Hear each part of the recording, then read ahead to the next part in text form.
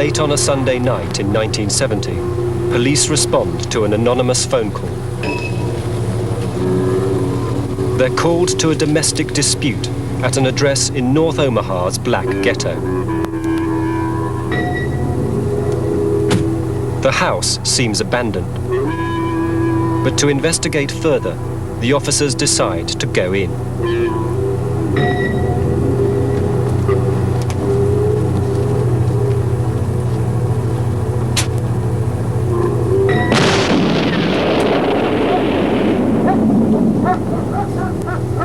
In the blast, one officer died and 4 were injured.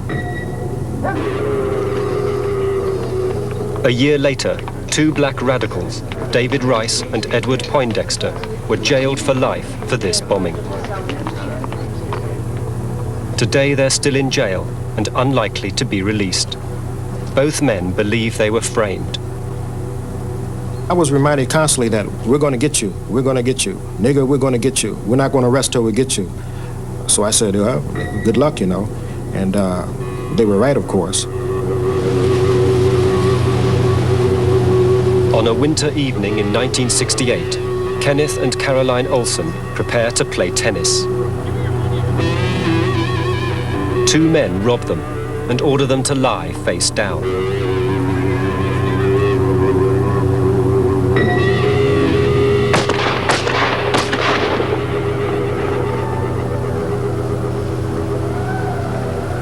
Caroline Olson died in the attack. Geronimo Pratt, a young Black Power activist, was jailed for life for this murder. For more than 20 years, Pratt has maintained he is innocent. I didn't kill Mrs. Olson. I didn't murder anyone. I'd rather for people not to listen to me. I'd rather for people to go to the facts. You could listen to what a person say all day, but it's best to check the facts out. And the facts speaks for themselves.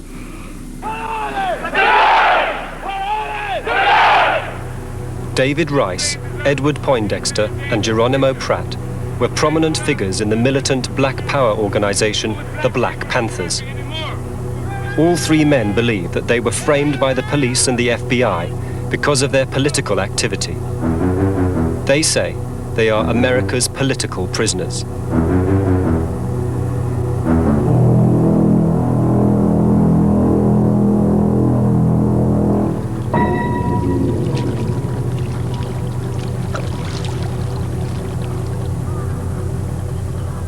Geronimo Pratt was born in the Mississippi Delta town of Morgan City. During his childhood, the town was still segregated between black and white. Geronimo was sent to an all-black high school. When he left school at 17, Pratt volunteered for service in Vietnam. He served 2 years in action and was twice wounded. He was decorated for bravery and promoted to sergeant. Like many other black soldiers in Vietnam, Geronimo Pratt followed the progress of the civil rights struggle back home. I was standing on the bunker, and the news came from someone's radio that Martin Luther King had been assassinated. And it was automatic reaction from everyone. It was just a silence, a big silence, and it was very sad day. Even though Martin Luther King wasn't so much of our hero, he was our mothers and fathers' heroes. Because we were more, excited about the Malcolm X type, or the more, fiery and militant, because of our age and persuasions. But Martin had been killed, and something was about to happen. I mean, you just knew it. And that's something you knew you better have been on the right side of the fence, and you knew you had to be involved because no one could escape it,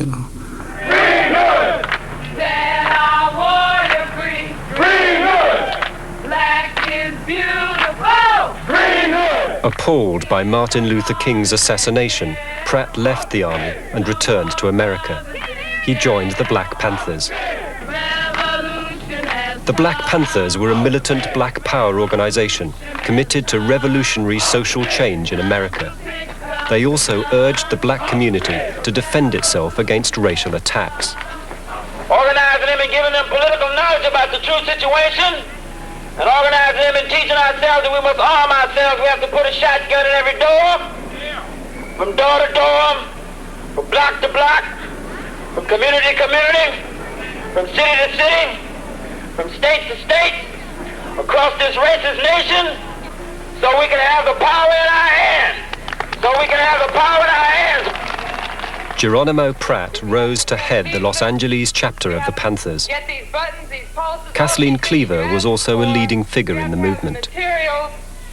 It was a very, very tense time. People were followed, they were spied on. We felt the police were trying to destroy our organization and that we had no intention of letting that happen. It had the feeling of the early stages of a war. Everyone was very tense, very excited, and we were determined that this was the time to make a big revolutionary change.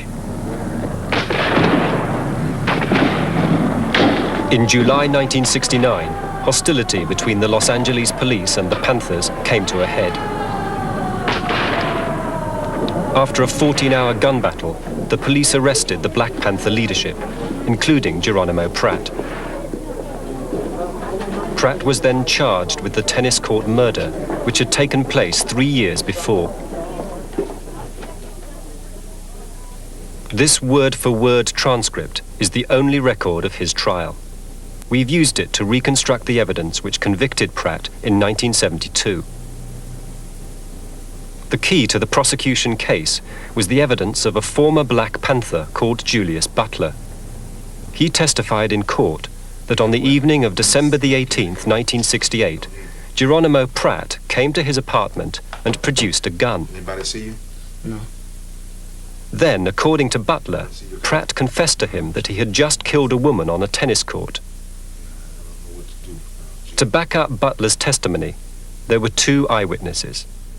The first was a woman called Barbara Reed. Barbara Reed ran a shop near the scene of the murder. She testified that she remembered Geronimo Pratt coming into her shop with another man minutes before the shooting. The second eyewitness, Kenneth Olson, was the husband of the murdered woman. He identified Geronimo Pratt as one of the men who shot his wife.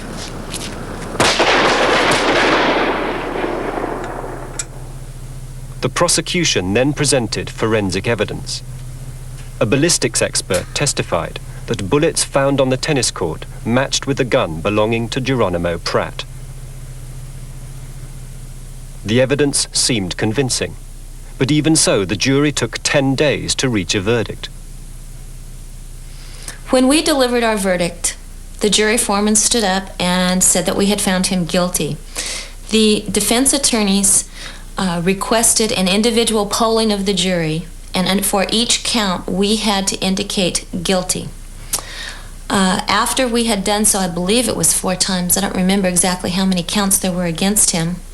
As that day, by the way, he was in hand and leg chains with prison clothes on, as he had not been during the trial before. And as he walked by us, he called us racist pigs.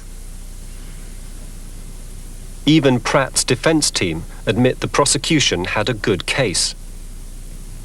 There were 2 eyewitnesses that claimed that they could identify Pratt as the man who had committed the murder. Although they were shaken somewhat on cross-examination, still juries tend to regard eyewitness identification evidence as very solid. There was an alleged confession by Pratt to another member of the Black Panthers, who was actually a man who was the principal witness against him at the trial, claimed that Pratt had told him he had done it. And those are strong lines of evidence. And it's not hard to see why he was convicted at the first trial, given what the prosecution was able to produce and what the defense didn't know at the time. Geronimo Pratt has always said that on the night of the murder he was 500 miles away from Los Angeles, at the Black Panther headquarters in Oakland. At the trial, this alibi was not believed, but since then, new witnesses have been found. I remember that Geronimo was in Oakland with me during the week of the murder. And I remember it because of significant events that happened, but also because my job was to log people into Central Headquarters. I was in charge of security. I was the person that when people came from out of town and when Geronimo came, he had to check in with me in order to find out what was on the agenda. According to Landon Williams, on the night of the murder, there were a series of meetings around Oakland. Pratt attended them all. One meeting was held at the house of a white supporter of the Black Panthers. I'm certain about what happened during that period, not from sitting back now and sort of recollecting 20 years later, but when these things were happening, I got locked up. I was arrested by the Denver County Police and the FBI and locked into isolation for 2.5 years. From June 1969 through through October 1971. And I had limited stimulus and contact with other people. So what I did was all these things, I continually replayed these in my mind. So now, although it's still 20 years later, there are impressions that were imprinted into my mind because it was all I had to deal with while I was in isolation. So I know emphatically that Geronimo wasn't in Los Angeles, but in fact was there with me in Oakland at that time. This confirmation of Pratt's alibi is just one part of a mass of new evidence found since the trial. Our investigation has now revealed serious flaws in every aspect of the prosecution case. Many members of the jury were apparently swayed to convict by the strength of the forensic evidence. But this is now highly suspect. At the trial, a ballistics expert called Dwayne Wolfer convinced the jury that shells found on the tennis court had been fired from Pratt's gun. But Wolfer's professional credibility is now in doubt. Well, Dwayne Wolfer's rather notorious. He's mishandled some large cases, including the Robert Kennedy assassination and some preliminary work on the Charles Manson murders and other cases. In fact, the Court of Appeals called him incompetent, and he was sued in connection with the Robert Kennedy case at one point and was deposed. And I read his deposition, and I don't believe the man could pass a 9th grade science test, really. He was the forensic expert, though, for the prosecution in Pratt's trial. It isn't just defense lawyers who distrust Wolfer. In 1975, the California Appeal Court described his testimony as given with a reckless disregard for the truth and negligently false. The court said it was obvious Wolfer knew very little about what he was talking about. In the light of these judgments, Wolfer's ballistic testimony now appears worthless. Even at the time of the trial, the eyewitness identifications were questionable. Kenneth Olson, the husband of the murdered woman, and Barbara Reed, the hobby shop woman, both made their identifications several years after the murder. Mrs. Reed gave many conflicting descriptions of a man she admitted she saw for only a few seconds. On the night of the murder itself, a forensic drawing, an identikit type of thing was done by a police artist, and the description of the short man that she gave then didn't resemble Pratt at all. And at trial, they were able to confront her with this old drawing, which she had to concede didn't look like Pratt at all, but she said, well, I remember him better now. Those were her words. The hobby shop woman was one of the shakiest witnesses the prosecution had. There's a joke that that prejudiced people say, oh, you can't tell the difference between any black or any other ethnic group. They all look the same. I immediately thought of that when that woman began to speak. It was clear to me that in her mind, every black individual looked the same. Kenneth Olson was more convincing. In court, he showed no hesitation in identifying Pratt as one of the men who shot his wife. Mr. Olson was obviously an individual that we all felt for. We had seen pictures of his wife murdered and her dead body. So when he got up on the stand, the feeling that we had was, this is a man that, you almost felt guilty not believing him. But His eyewitness was, I would say he was about 50-50 believable. There was one part of you that said, boy, if somebody was looking at me with a gun, I would remember what he looked like. And I remember the jury foreman saying, don't you think you'd remember the person that shot your wife? But it's recently emerged that a year before Pratt's trial, Kenneth Olson identified someone else as his wife's killer, a man who looked nothing like Geronimo Pratt. And he got up and said, that's the man who did it, and pointed at Geronimo Pratt. That's devastating evidence. What the defense lawyers didn't know, what the jury never knew, is that a year before, in a police lineup room, he did the same thing. He said, that's the man who did it, and the voice convinces me. He was 100% sure, and he picked out someone totally different. He picked out a guy named Perkins, who the police never prosecuted. William Dunn is an appeal court judge who was outvoted in trying to grant Geronimo Pratt a new trial. The question is whether or not it would have made a difference to the jury that Olson had identified some other person. I think it might well have made a difference for this reason. If 12 people are sitting in judgment and the crucial issue is, did the defendant commit the crime, and it appears that the victim of the crime on a previous occasion, when arguably his memory was better, was not sure, in that he either identified somebody else or said he couldn't positively identify the defendant.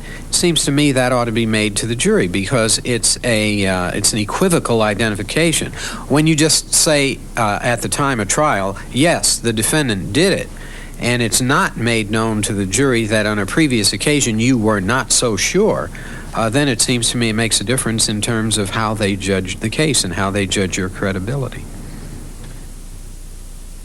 Without the discredited eyewitness and forensic evidence, the only testimony still linking Geronimo Pratt to the murder is that of Julius Butler. According to Butler, Pratt came straight to his apartment from the scene of the crime and confessed to the murder.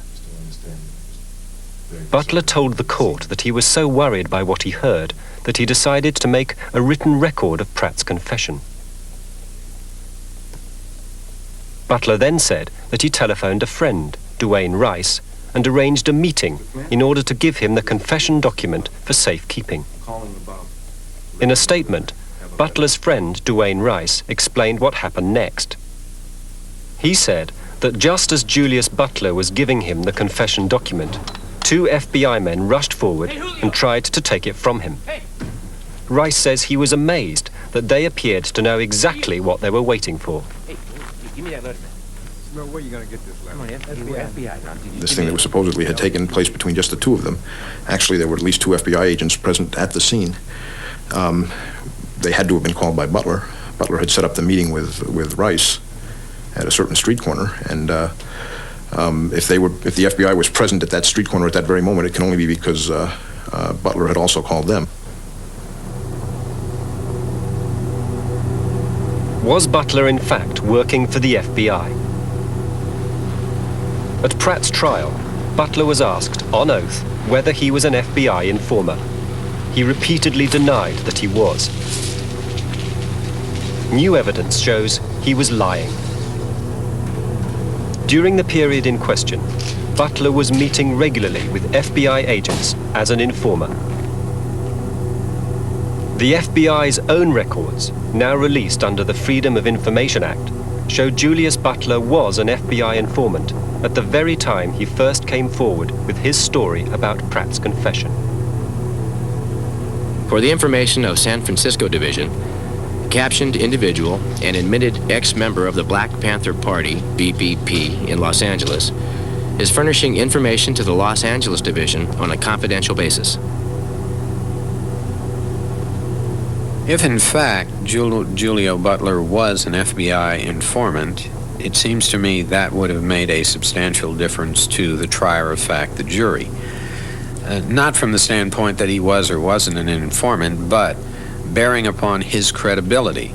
if he comes into court and testifies to one thing and it turns out that that testimony is untrue, then he has engaged in duplicity in the courtroom. And if he engages in duplicity with regard to that, then arguably he might not have been totally truthful with regard to the essential testimony, which was that Mr. Pratt had confessed to the crime. Had I known whether that Julius Butler was an FBI informant, I would have disregarded his testimony completely. I think it's unconscionable that we did not have the full evidence when we are asked to make a decision that has such an impact. And in effect, we were made to be puppets. They molded the case for us to hear what they wanted us to hear and not the whole story. And I feel duped. Not only was the jury not told that Julius Butler was an informer, they were not told about the existence of a secret FBI counterintelligence program, COINTELPRO.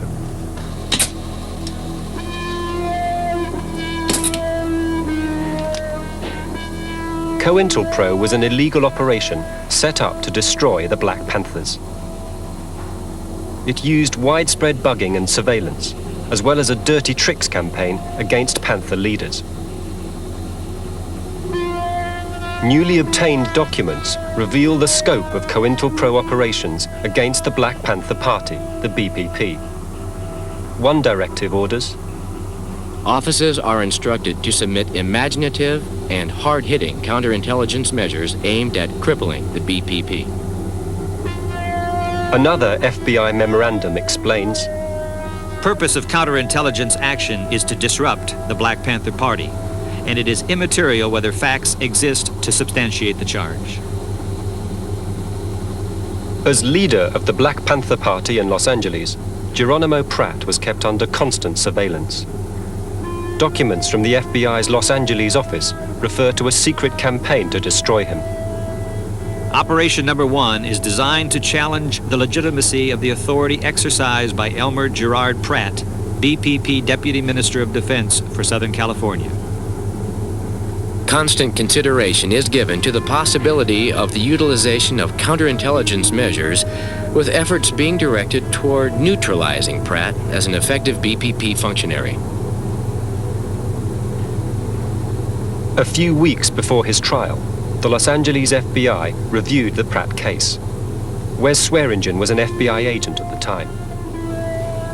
It was my personal feeling that the supervisor was explaining to us that, we finally got someone that we're going to hang. In bureau terminology would be to neutralize. But my feeling was that Pratt is going to be framed for murder if they can get away with it. Geronimo Pratt has so far spent over 21 years in jail. Exceptionally, his first 8 years were spent in solitary confinement. When I'm in a stressful situation, I think of which a lot of people do, my earlier days when life wasn't so complex, and I pull out those things that made me feel so good,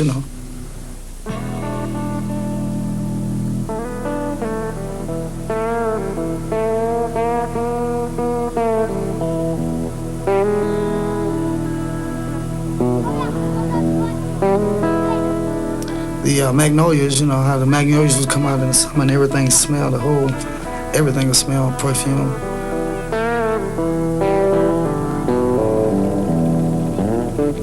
And then the shrimp boats, the rivers, and I just like country, man. I just like the space.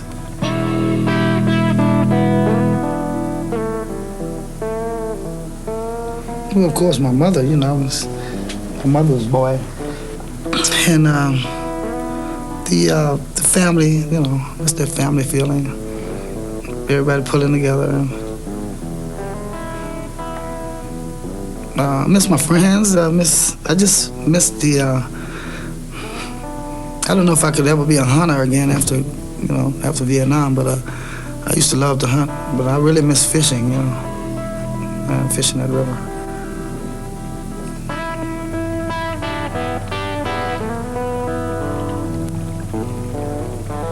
In spite of the overwhelming weight of new evidence, Geronimo Pratt's lawyers are pessimistic about his chances of freedom.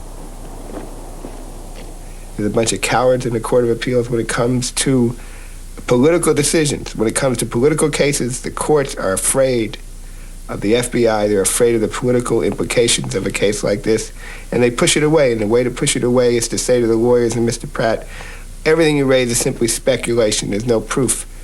If these people had the guts to be honest, they say there's so much proof, we're ashamed this man ever spent a day in prison. You know, you asked the question, why would it concern me, a judge of the court, whether Mr. Pratt or any individual got a fair trial?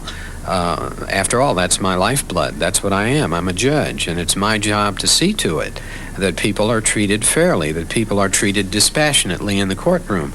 The judiciary is one of the foundational bases of a free society. And if you don't have, first of all, an independent judiciary, if you don't have a judiciary that has backbone, a judiciary that will look to see whether or not a person has a fair trial and will stand up and stand hard and fast against the current to make certain that people have a fair trial, you're not going to have a free society.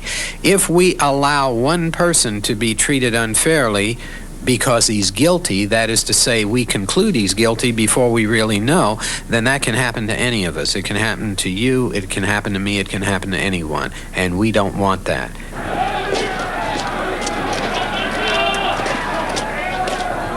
In the early 1970s, the police and the FBI stepped up the pressure on the Black Power movement. Across the country, black militants were arrested and brought to trial. In Omaha, Nebraska, David Rice and Edward Poindexter were arrested and tried for first-degree murder. In Part 2, we investigate their case.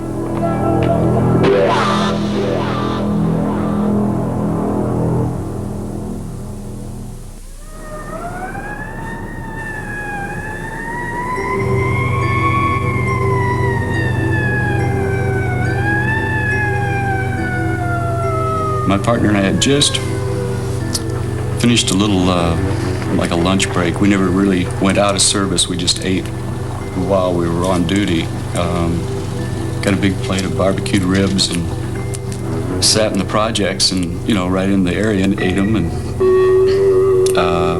heard a call come out of a woman screaming. Woman screaming for help, possible rape in progress at an address at 28th and Ohio.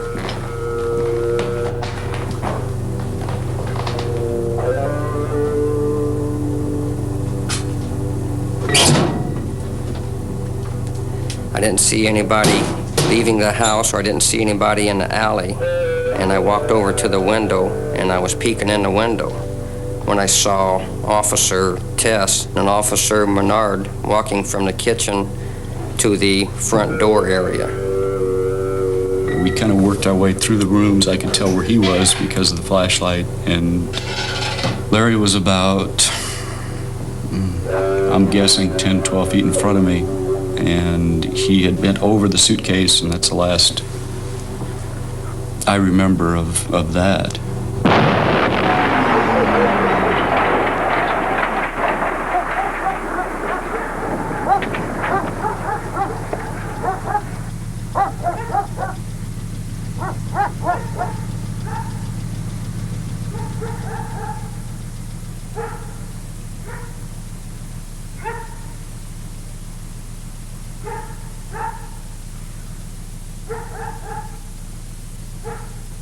I don't like to see somebody get by over murdering somebody. And just plain and simple. You know, when you're investigating homicide, there's a saying that you are in that man's shoes to see that he gets justice. And I always did believe that. You know, how is that dead man going to get justice if you don't do it for him? And that's my principle. A week after the bombing, Officer Larry Menard was buried. The police were convinced the Black Panthers were responsible for the killing. We were under constant surveillance, constant harassment. A great deal of energy and resources was spent on trying to provoke us into a confrontation. One, involving shooting, of course. We couldn't leave a building and enter the streets without being frisked, harassed. This went on around the clock. Not a night went by, man, that somebody wasn't absolutely, totally, unnecessarily pounced upon by the police. Not a night went by, man. This was like 7 days a week. The Black Panthers published a newsletter called Freedom by Any Means Necessary. David Rice was the editor. We did on occasion talk about the whole business, in the newsletter of having a right. Well, we talk about it more than occasionally, about having a right to defend yourself against police attack. If we're talking about off the pig, and we're serious about this, then we're talking about urban guerrilla warfare, and we're talking about people using their brains. And you don't use your brain by throwing some bottles and some bricks and some pigs and getting some cruises. You off the pig by the means that are available to you, which can be easily obtained. Both David Rice and Ed Poindexter were visible in the community. And David Rice was very free about what he thought the answer to these problems were, and they generally included killing police officers. Ed Poindexter, not as vocal, was always present, always around. Marvin McClarity was one of the few black police officers in Omaha at that time. I know I had feelings that they were out to get those two because they were probably the most, the two that were most vocal. They were the two that people viewed as being a threat. The police did. Well, there wasn't a policeman on the job that didn't know who done that. It was just a matter of being able to prove it. And that's what we've done.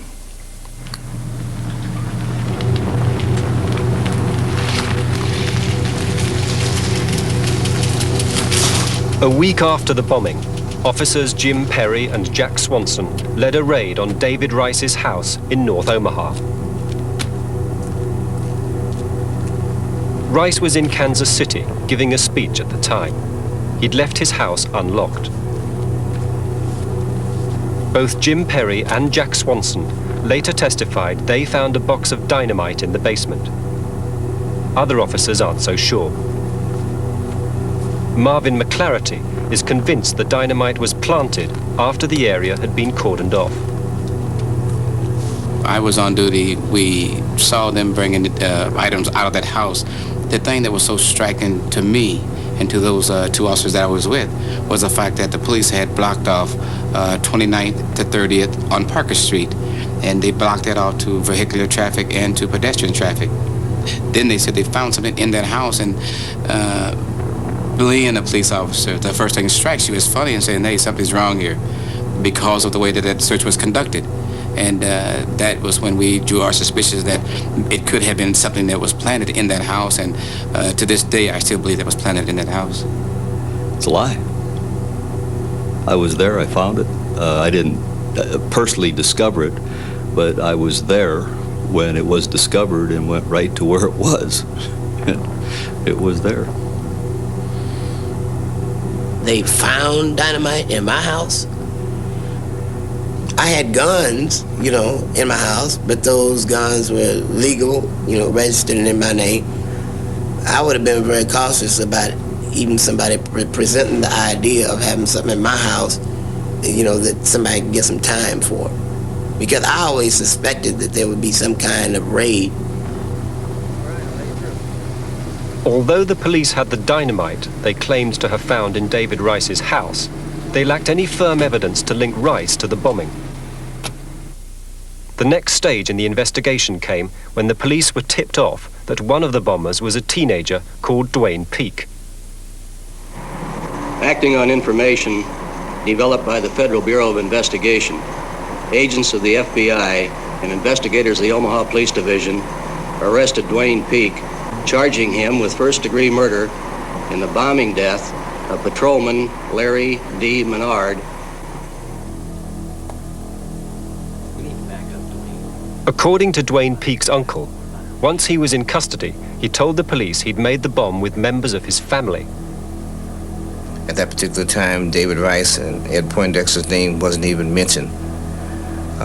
It was sometime later, I guess in the morning, when people came in and they wanted some good, I believe it's scapegoats or however you want to put it. They wanted something sensationalized. They wanted to go after the people that were making headlines, I believe. According to his uncle, the police weren't interested in Dwayne Peake's story. They put pressure on him to implicate Rice and Poindexter in the bombing. There were statements made to Dwayne like, you would be the youngest individual that would die in the electric chair. There were statements like, your family probably would suffer. You killed a police officer, and, it was a frightful experience. So it was very traumatic. Once he was arrested, he was like a whipped puppy, and he, according to what they told me, he readily told them everything about what happened and how it happened. And he was just a young kid. He only, I think, 15, 16 years old.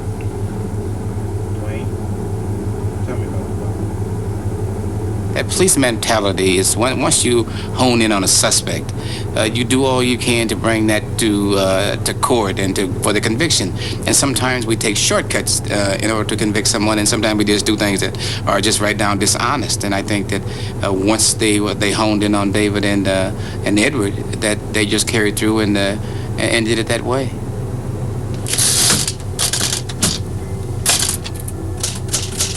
After changing his story several times, Dwayne finally told the police it was Rice and Poindexter who'd made the bomb. He claimed the bomb had been made in David Rice's kitchen after Poindexter had brought a box of dynamite up from the basement.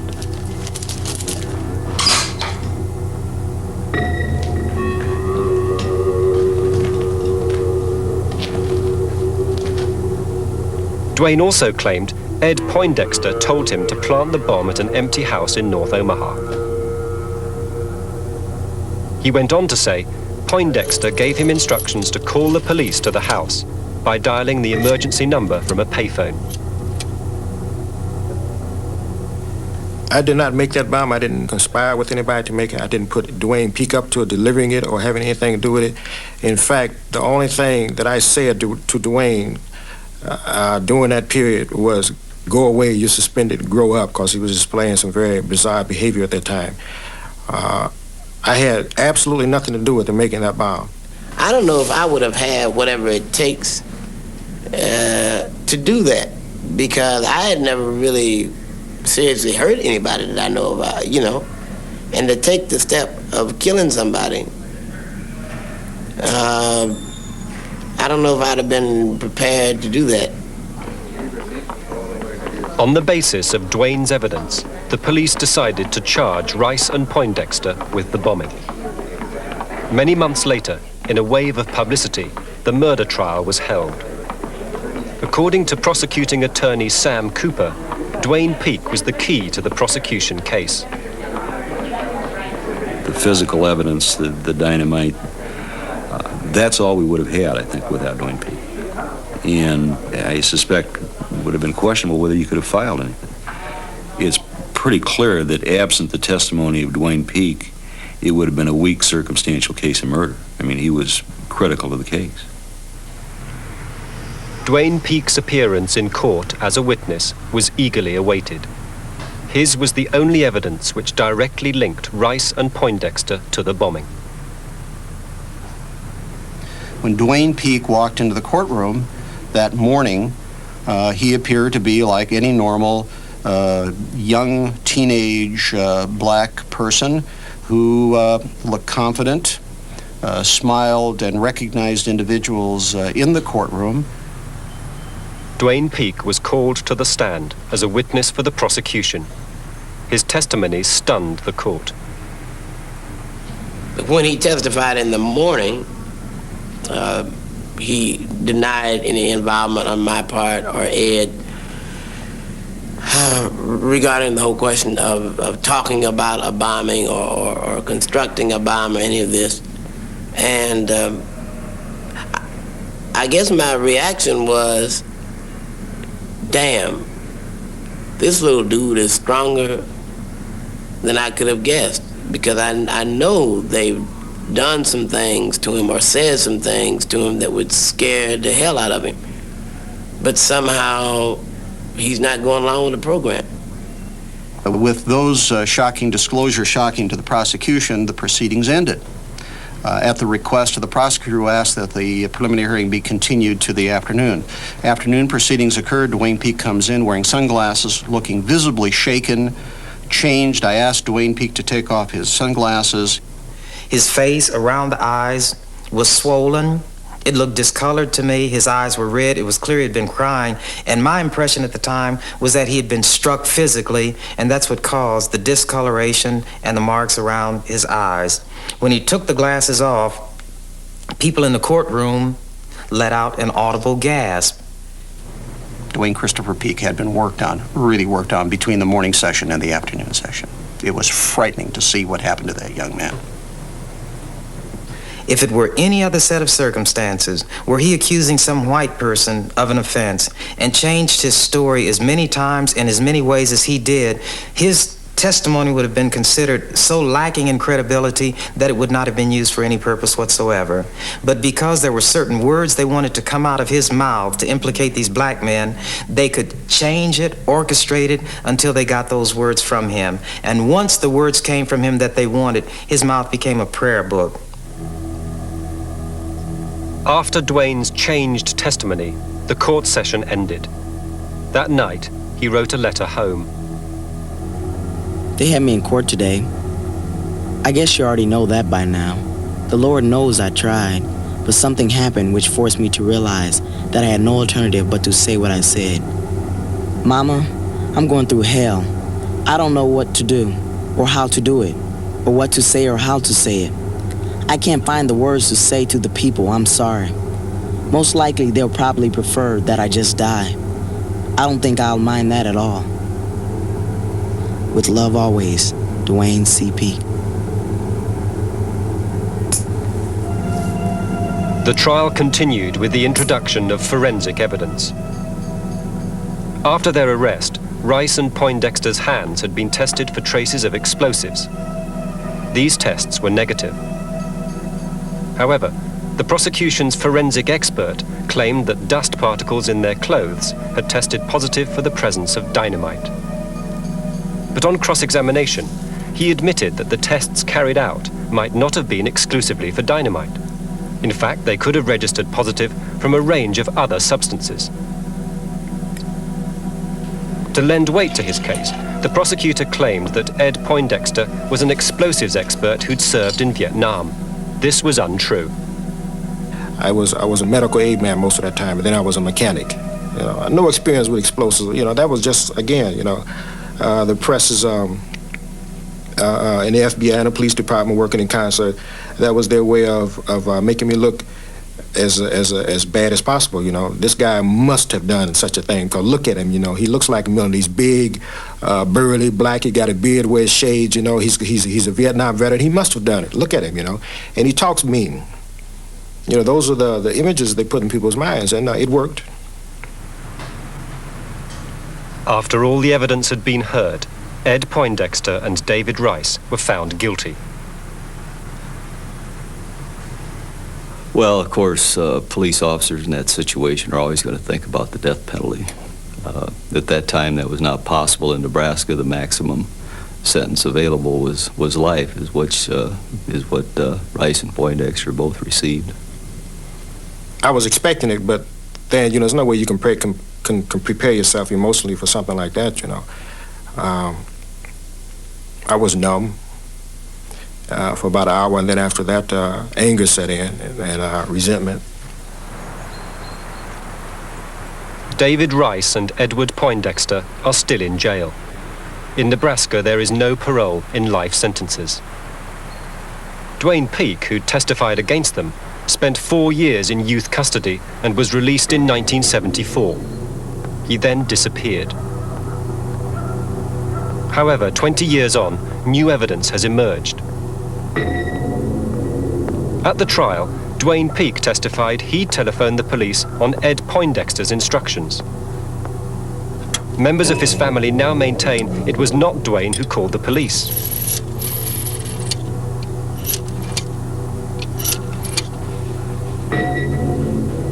All emergency calls are recorded as a matter of course. But in the early 1970s, the Omaha police claimed the only tape recording of Dwayne Peak's call had been destroyed. But in fact, the operator on duty on the night of the bombing made his own copy of the call. When he died recently, this tape turned up in Omaha.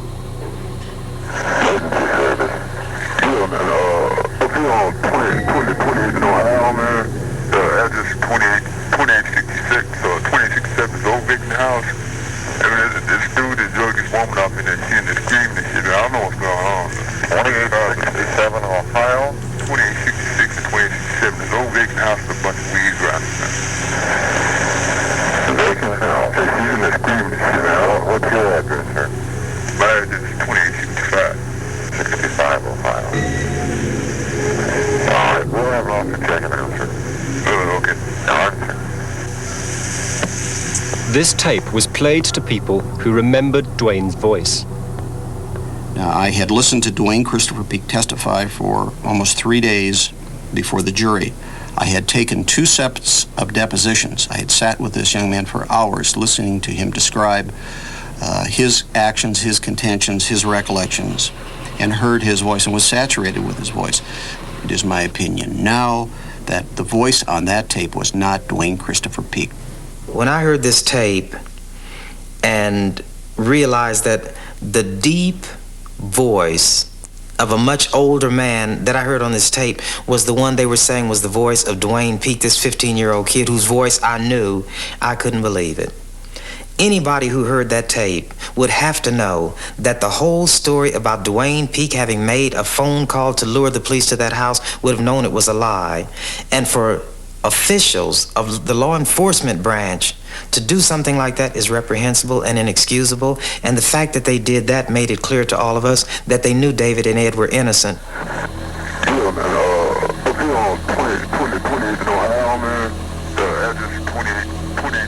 If the voice on the tape is not Dwayne Peak's, it's clear he was lying on oath. These newly obtained documents show the FBI was well aware of this perjury. The Omaha police and the FBI deliberately arranged for the tape recording to be suppressed because, in their words, it would be prejudicial to the case against Rice and Poindexter. In other words, they knew Peak was lying. We feel we got the 2 main players in Rice and Poindexter. And I think we did the right thing at the time because the Black Panther Party or whatever, by whatever name it was going by at the time of the murder, completely disappeared from the city of Omaha. Everybody disassociated itself from the Black Panther Party or their new names. And it's sort of been the end of that sort of thing in the city of Omaha, and that's 21 years ago. After the imprisonment of so many of its leaders, the Black Panthers were effectively crushed as a political force in America. COINTELPRO, the FBI's counterintelligence program which helped destroy the Panthers, came to an end with the resignation of President Nixon. But almost 20 years on, its victims remain in jail.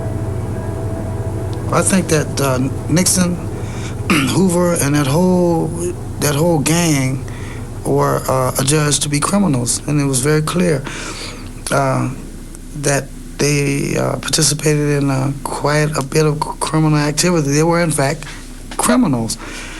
But what people failed to do was to follow through on not just saying, okay, he's a criminal, he did wrong, and leave it at that. You have to go and look at the crimes that they committed and then clean it up, so to speak, resolve the problems that they had begun. And that has not been done, and not only in my case, but in quite a few cases.